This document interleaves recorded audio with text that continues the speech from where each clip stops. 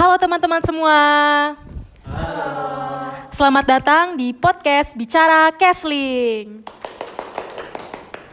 Bersama kami, mahasiswa-mahasiswi Poltekkes Kemenkes Semarang, jurusan Kesehatan Lingkungan, Prodi Sanitasi Lingkungan, Program Sarjana Terapan, kelas 2C dari kelompok 5. Nah, teman-teman semua, kita tahu nih, penyakit yang ditularkan melalui tanah tuh banyak contohnya, yaitu ada penyakit tetanus, penyakit cacingan, penyakit kolera, penyakit diare, dan masih banyak lagi. Nah, kita semua nggak mau kan terkena penyakit itu, jadi kita harus menanggulangi dan mencegah dari penyakit-penyakit tersebut. Ternyata nih ada 3 cara upaya penanggulangannya, yaitu ada upaya promotif, upaya preventif, dan upaya rekayasa teknik atau lingkungan. Nah, hari ini kita akan ngebahas tentang upaya penanggulangan penyakit yang ditularkan melalui tanah dengan upaya rekayasa lingkungan atau teknik.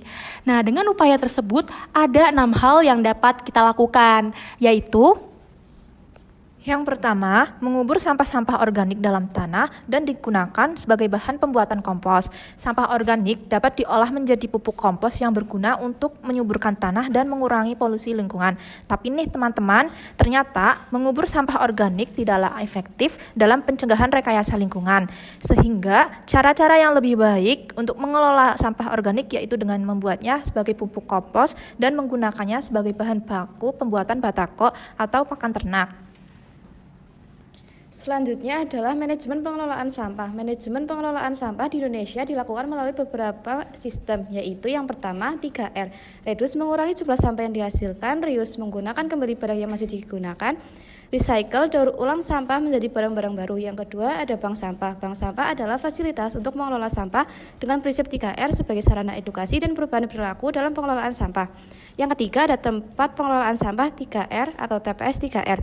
Program TPS 3R bertujuan mengurangi kuantitas atau memperbaiki karakteristik sampah yang akan diolah secara lebih lanjut di TPA. Berikutnya adalah pengolahan limbah industri yang mengandung logam berat. Pengolahan limbah industri yang mengandung logam berat adalah serangkaian proses yang bertujuan untuk mengurangi, menetralkan, dan membuang limbah cair maupun padat yang mengandung logam berat agar tidak mencemari lingkungan. Logam berat seperti merkuri, timbal, kadmium, kromium, dan arsenik sangat berbahaya bagi kesehatan manusia dan lingkungan, bahkan dalam konsentrasi yang sangat rendah. Baik, selanjutnya yaitu penanganan sampah radioaktif. Penanganan sampah radioaktif di Indonesia yaitu diatur oleh Peraturan Pemerintah Nomor 27 Tahun 2002 tentang pengolahan limbah radioaktif, yaitu dengan langkah-langkah: 1. Klasifikasi limbah radioaktif berdasarkan aktivitas radiasi. Yang kedua, pengumpulan dan pengelompokan limbah radioaktif.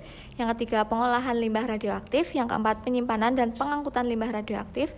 Yang kelima, pemantauan tingkat radiasi dan radioaktivitas lingkungan. Yang keenam, dokumentasi dan pencatatan limbah radioaktif.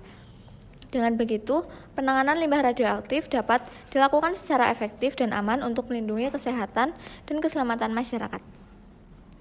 Yang berikutnya adalah pembatasan penggunaan pupuk kimia dan pestisida supaya tidak berlebihan, yaitu dengan cara menggunakan pupuk organik dan metode pertanian yang lebih ramah lingkungan, memberikan pelatihan kepada petani tentang penggunaan pupuk yang efisien dan alternatif yang lebih aman, menerapkan kebijakan dan regulasi yang membatasi penggunaan pupuk kimia, memanfaatkan teknologi untuk mengurangi jumlah pupuk yang digunakan. Yang terakhir, mengimplementasikan rotasi tanaman untuk meningkatkan kesuburan tanah. Dengan melakukan pembatasan penggunaan pupuk kimia, diharapkan dapat tercipta sistem pertanian yang lebih berkelanjutan dan ramah lingkungan. Dan yang terakhir adalah menggunakan deterjen yang berupa senyawa organik yang dapat diuraikan oleh mikroorganisme biodegradable. Deterjen biodegradable adalah deterjen yang terbuat dari bahan-bahan alami, senyawa organik, dan dapat diurai oleh bakteri sehingga tidak mencemari lingkungan, ramah lingkungan, aman untuk kesehatan, dan berkelanjutan. Nah, teman-teman semua, jadi itu tadi upaya rekayasa lingkungan untuk penanggulangan penyakit yang ditularkan melalui tanah. Upaya-upaya tersebut sangat familiar atau sering kita temui di kehidupan sehari-hari sehingga sangat mudah dipahami dan dilakukan, bukan? Jadi, yuk, tunggu apa lagi?